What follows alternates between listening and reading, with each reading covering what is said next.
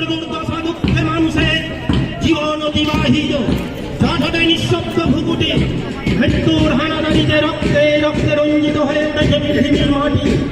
ভারতীয় হত্যালীলায় রচিত হয়েছে বিস্তীর্ণ চিতা হত্যা। শান্তির রঞ্জিত বাণী আজ ব্যর্থ পরিহাস মাত্র। সেই প্রেক্ষাপটে দাঁড়িয়ে আমাদের প্রার্থনা আর যুদ্ধ নয়, আর হিরোশিমা নাগাসাকি নয়, আর কোথাও যেন জ্বলে না ওঠে হিংসা সন্ত্রাসের আগুন। আগামী দিনে দেশে জন্মে যেন শিশু